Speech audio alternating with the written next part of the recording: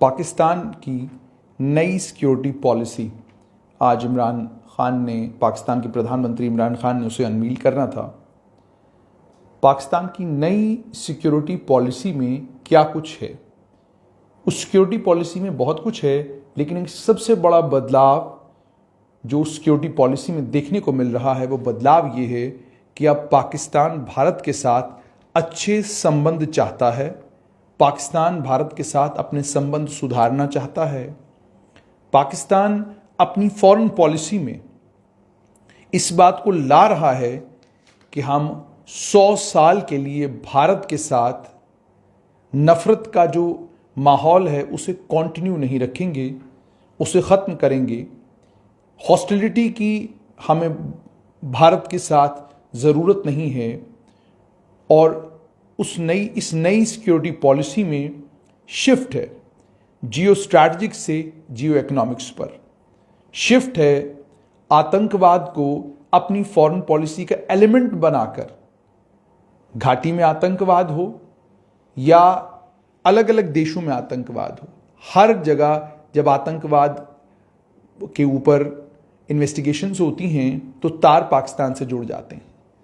पाकिस्तान की नई सरकार ने यह तय किया है कि अब हमारी नई पॉलिसी में कश्मीर नहीं होगा, और नई पॉलिसी में अगर कश्मीर होगा भी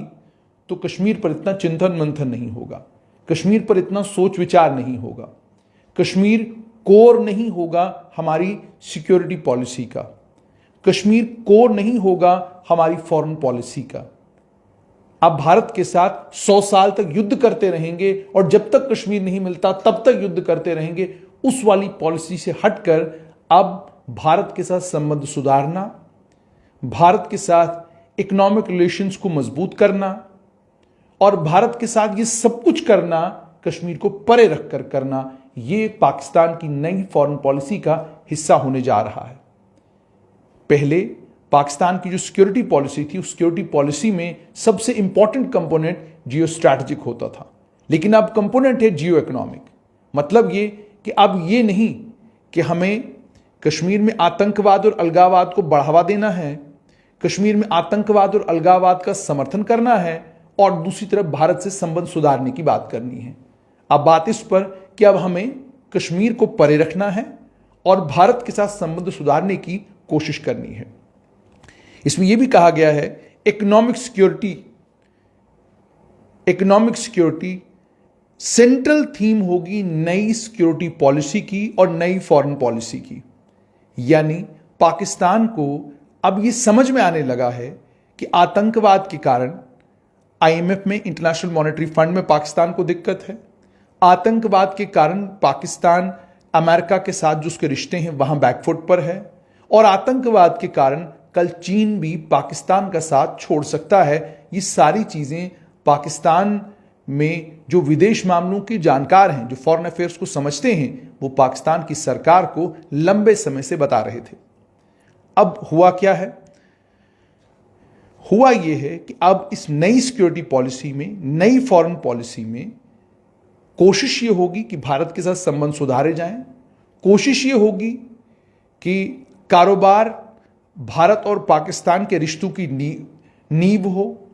और कारोबार पर ही भारत और पाकिस्तान के रिश्तों की नींव पड़े और इसी पर भारत और पाकिस्तान आगे बढ़ने का काम करें। पाकिस्तान की इस पॉलिसी में एक और बड़ा बदलाव यह है कि पहले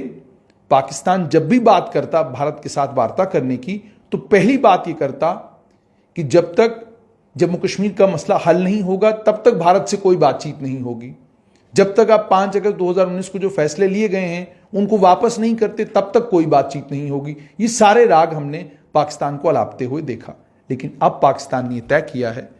कि ये राग अपनी जगह, लेकिन हकीकत ये है कि पूरे विश्व भर में पाकिस्तान के साथ कश्मीर के मामले के ऊपर,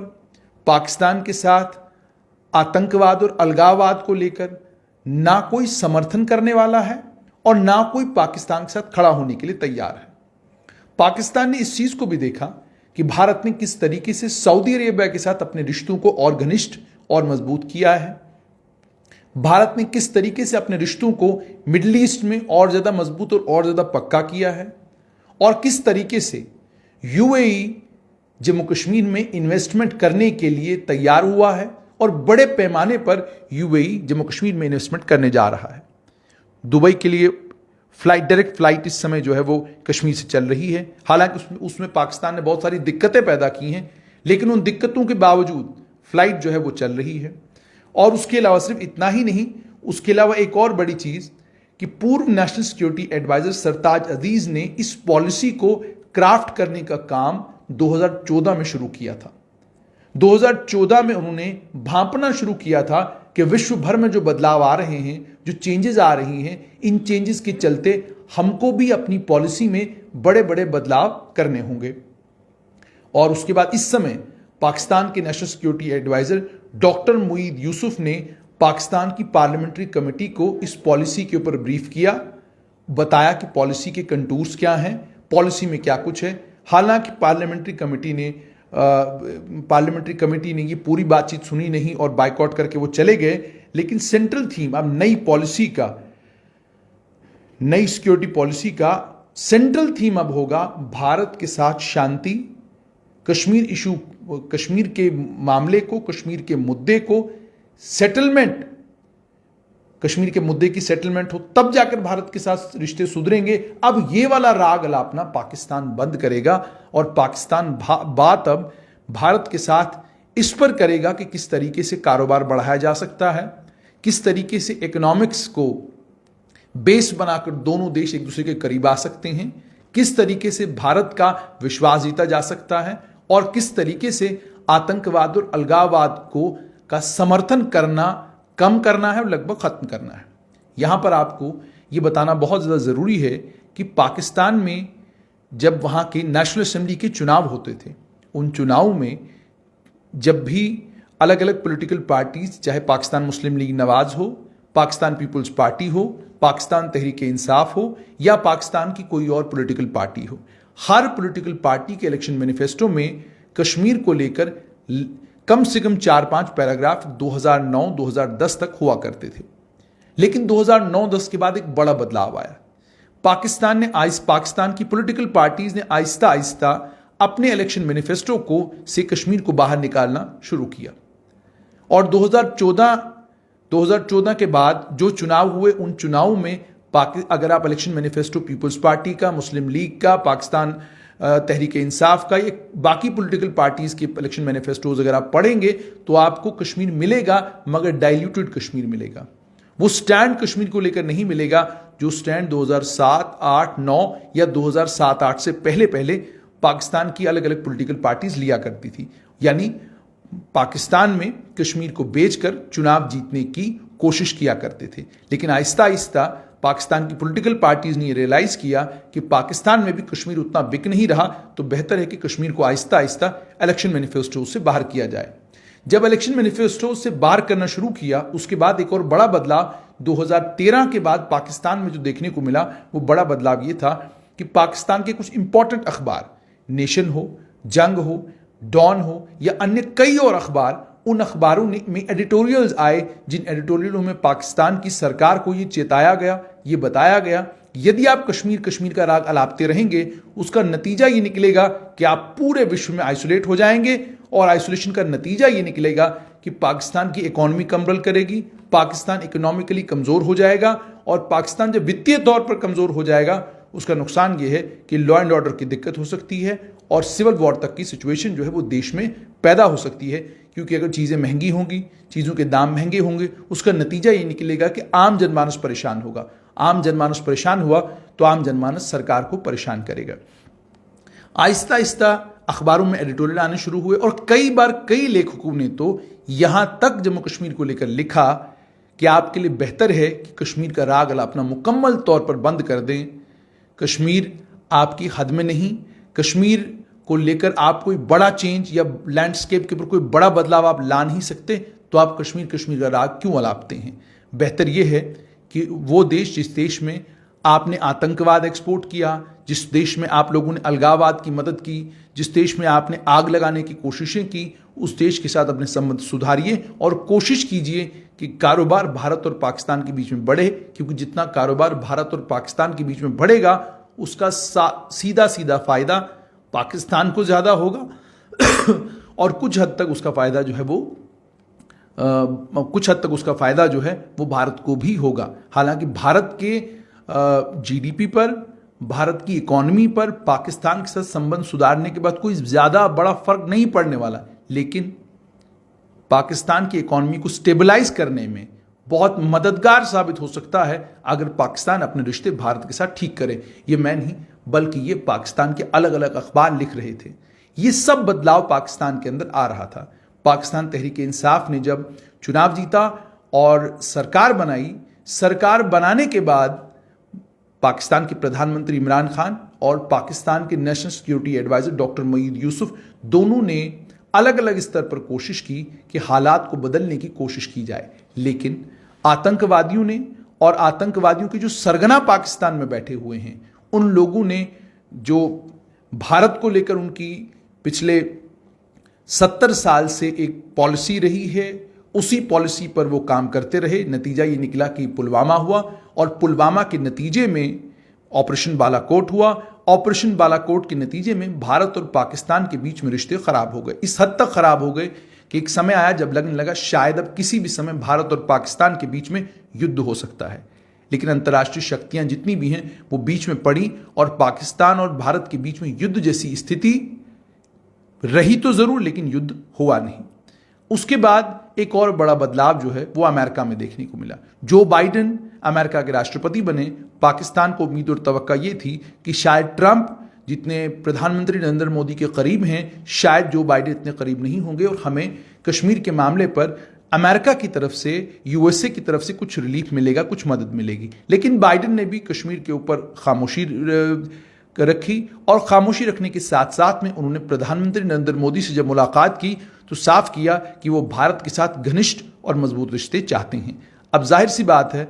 चाइना के अलावा कश्मीर के मामले पर पाकिस्तान का साथ कोई भी नहीं दे रहा। विश्व भर में ओआईसी में पाकिस्तान जाता है, वहां पर भी कोई बड़ा बयान ऑर्गेनाइजेशन ऑफ इस्लामिक कॉन्फ्रेंस जो है वो पाकिस्तान कश्मीर को लेकर कोई बड़ा बयान नहीं दे रहा, और अगर दे भी रहा है तो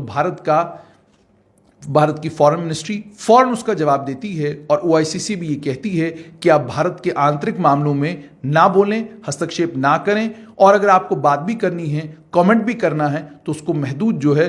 अपने देशों तक रखें, उसमें भारत को घसीटने की कोई जरूरत नहीं है। जब बात कश्मीर की आती, कश्मीर हमारा आंतरिक मामला है, आंतरिक मामले में आतंकवाद के खात्मे के लिए और अलगाववाद के खात्मे के लिए जो कुछ हमको ठीक लगेगा वो सब कुछ हम करेंगे।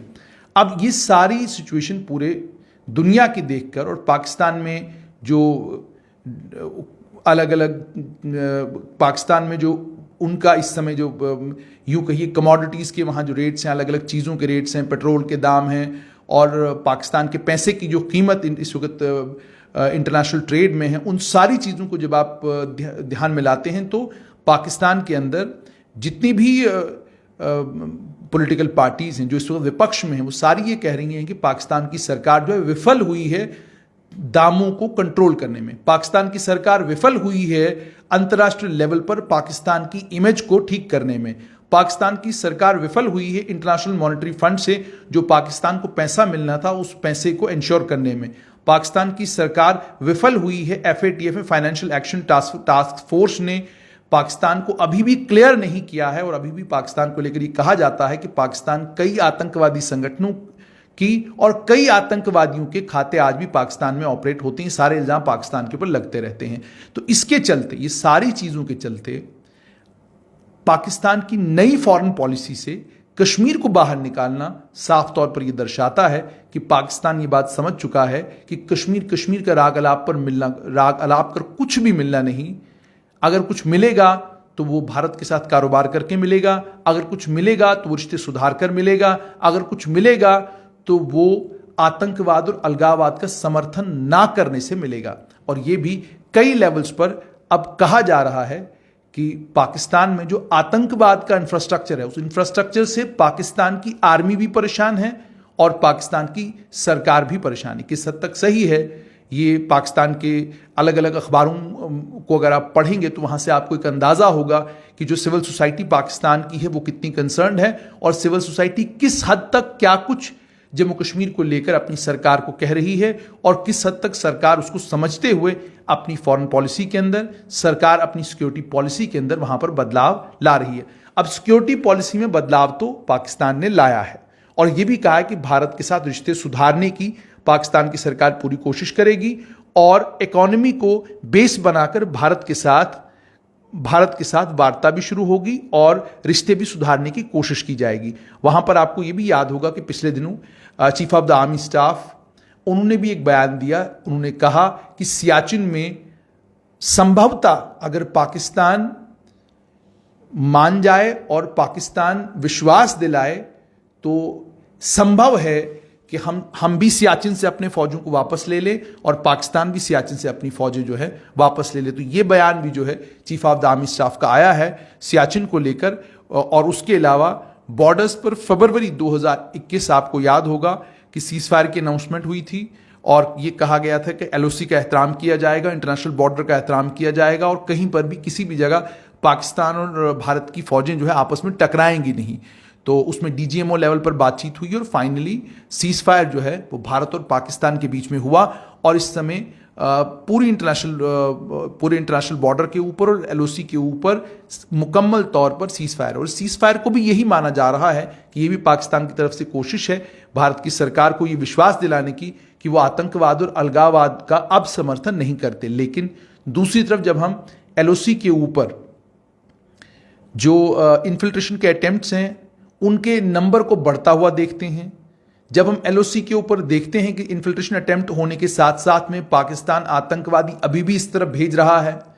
जब घाटी के अंदर एनकाउंटर में पाकिस्तान का कोई आतंकवादी मरता है, तो ये सारी चीजें इस ओर इशारा करती हैं कि पाकिस्तान की कथनी और करनी में बहुत बड़ा अंतर है। जहां पाकिस्तान कह तो जरूर रहा है कि वो आतंकवाद का समर्थन नहीं करता, लेकिन वहीं पर पाकिस्तान से आए हुए आतंकवादी जब घाटी में मारे जाते हैं, रजौरी पुंछ में मारे जाते हैं, तो सवाल पूछना स्वाभाविक हो जाता है कि पाकिस्तान की सरकार कह कुछ रही है और कर कुछ और ही रही है। अब ये देखना होगा कि ये जो नई फॉरेन पॉलिसी, जिस नई सिक्योरिटी पॉलिसी को बनाने की शुरुआत 2014 में उस समय के पाकिस्तान के नेशनल सिक्योरिटी एडवाइजर सरताज अजीज ने की थी, उसे क्राफ्ट करने का काम किया था, जिस पॉलिसी को आगे बढ़ाया नवाज शरीफ की सरकार ने और जिस पॉलिसी को अब फाइनल शेप दिया है इमरान खान की सरकार ने, national security adviser doctor Moeed Yusuf की अध्यक्षता में फॉरेन पॉलिसी बनाएगी। अब देखना यह है कि क्या पाकिस्तान आतंकवाद पर अंकुश लगाता है, क्या पाकिस्तान आतंकवाद का समर्थन करना बंद करता है और क्या पाकिस्तान वाकई इस नई फॉरेन पॉलिसी को कामयाब करने के लिए, भारत के साथ संबंध सुधारने के लिए आतंकवाद पर और आतंकवादियों पर नकेल कसता है कि नहीं कसता है। इस पर अब नजर होगी और यही डिसाइडिंग फैक्टर होगा कि क्या भारत और पाकिस्तान के बीच में आने वाले कल में रिश्ते सुधरेंगे या नहीं।